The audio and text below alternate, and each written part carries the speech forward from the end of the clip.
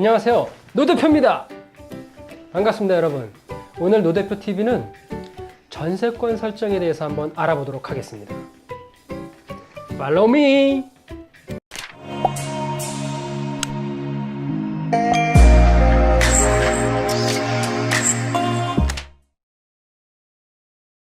우리가 주택을 임차하거나 또는 상가를 임차할 때 자신의 보증금을 지키기 위해서 두 가지 방법이 있습니다.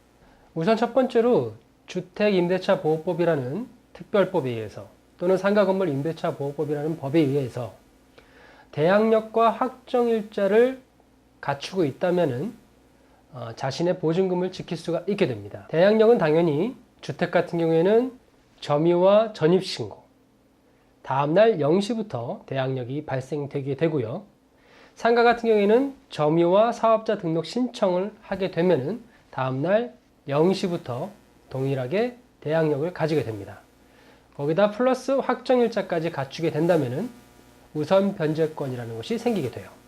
그래서 전세권 등기를 하지 않아도 동일한 효력을 갖게 됩니다. 확정일자 같은 경우에는 주택 같은 경우에는 주민센터를 방문하거나 아니면 요즘에는 인터넷으로 인터넷 등기소에서도 확정일자를 받을 수가 있고요. 그리고 등기소를 방문하거나 아니면 공증사무실을 이용해서도 확정일자를 받을 수가 있습니다. 비용은 상당히 저렴해서 600원이면 확정일자를 받을 수가 있고요. 그래서 사실은 대항력과 확정일자를 받는 것은 큰 비용이 들어가지 않으면서도 내 보증금을 지킬 수 있는 방법이 됩니다. 당연히 두 번째는 전세권 설정이 되겠죠. 이 전세권 설정은 임대인분들이 별로 좋아하지 않는 경우도 많이 있어요. 일단은 좀 귀찮은 일이 발생을 하고 또 필요 서류들도 떼어줘야 되고 그리고 등기부가 좀 지저분해지는 거 싫어하시는 분들은 사실은 좀 전세권 설정을 꺼리시는 부분도 있는데요. 그거는 그때그때 상황에 따라서 좀 틀려질 수는 있습니다.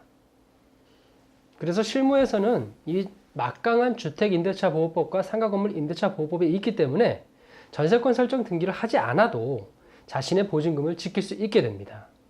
그러면 왜 전세권 등기를 해야 되나요? 이러한 이유가 있기 때문입니다. 첫 번째는 전입신고를 할 수 없는 경우가 생길 때가 있어요. 그럴 경우에는 전세권 등기를 해야 자신의 보증금을 지킬 수가 있고요. 또 두 번째로는 실제 거주 요건을 지키지 못할 경우입니다. 주택 같은 경우에는 점유와 전입신고를 해야지 대항력이 발생을 하는데 이 전세권 등기 같은 경우에는 실제 거주를 하지 않아도 전세권 등기를 하면은 법의 보호를 받을 수가 있게 됩니다. 세 번째는 확정일자를 받을 수 없는 경우예요. 특히 상가 같은 경우에는 환산보증금 제도를 넘었으면은 확정일자를 절대 받을 수가 없습니다. 최근에 이제 개정이 돼서 서울 같은 경우에는 9억 원으로 대폭 상향이 됐는데 이 환산보증금이 서울 같은 경우에는 이 9억 원이 넘는다면 확정일자를 받을 수가 없어요. 그럴 때 전세권 등기를 하는 겁니다. 그리고 이 전세권 등기를 하게 되면은 등기부에 기재가 되게 됩니다. 전세권 설정은 그냥 할 수 있나요? 하는 질문이 있을 수 있는데 일단 첫 번째 전제 조건은 임대인이 반드시 동의를 해야지만 전세권 등기를 할 수 있어요. 그리고 비용 문제인데 이 전세권 등기를 임대인이 동의하였다 하더라도 거의 대부분은 임차인이 전세권 등기 비용을 내게 됩니다. 하지만 이것은 반드시 정해져 있는 건 아니고요. 임대인과 협의하에 반반씩 부담을 할 수도 있고요. 또 임차인 우위 시장이나 임대인 우위 시장에서 달라질 수가 있습니다. 자, 그러면 전세권 설정 시 필요한 서류에 대해서 알아보도록 할게요. 일단 임대인의 필요 서류가 있습니다. 첫 번째로는 등기권리증이 필요합니다. 한마디로 집문서죠. 두 번째로는 인감증명서가 필요합니다. 세 번째는 주민등록 초본이 필요하고요. 이때는 주민번호가 다 나오게 발급을 받으셔야 됩니다. 그리고 네 번째가 신분증, 다섯 번째가 인감도장이 필요합니다. 자, 그러면 임차인이 필요한 서류는 임대차 계약서 원본, 주민등록 초본, 신분증과 일반 도장이 필요합니다. 이렇게 해서 사실은 임대인과 임차인이 전세권 설정 신청서를 작성하셔가지고 등기소에 직접 방문을 하시면 되는데 실무에서는 직접 바쁜 임대인과 임차인이 직접 움직이기가 쉽지 않기 때문에 업무사에게 업무를 위임할 경우가 많습니다. 그러면 전세권 설정은 비용이 들어가게 돼요. 첫 번째로는 등록세가 들어가게 됩니다.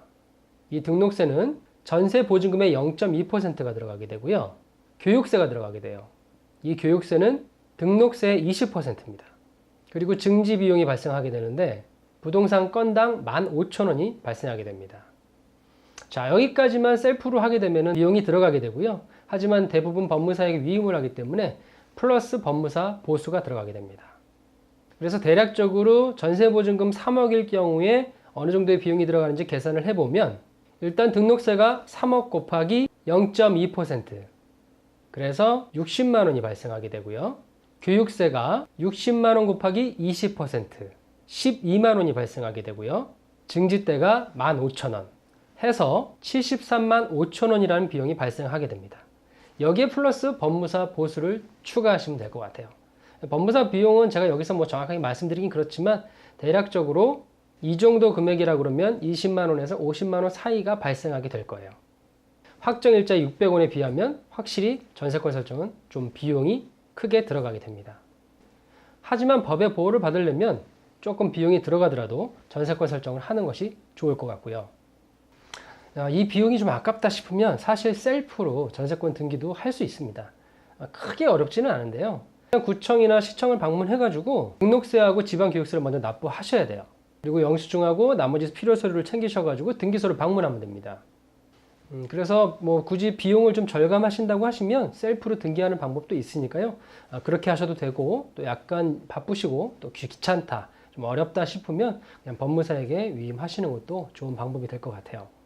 그래서 이제 마지막으로 비교를 해보면 대항력과 확정일자를 갖고 있다면은 굳이 전세권 설정을 하실 필요 없고요.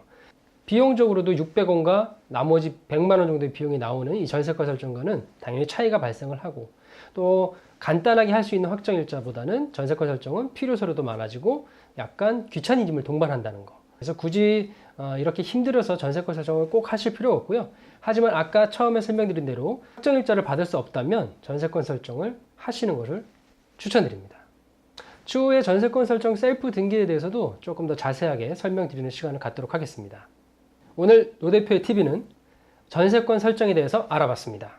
다음 시간에 다른 정보를 가지고 찾아오도록 하겠습니다. 노 대표 TV 많이 구독해 주시고 또 많이 좋아요도 눌러주세요. 그럼 오늘도 행복한 하루 되십시오. 감사합니다.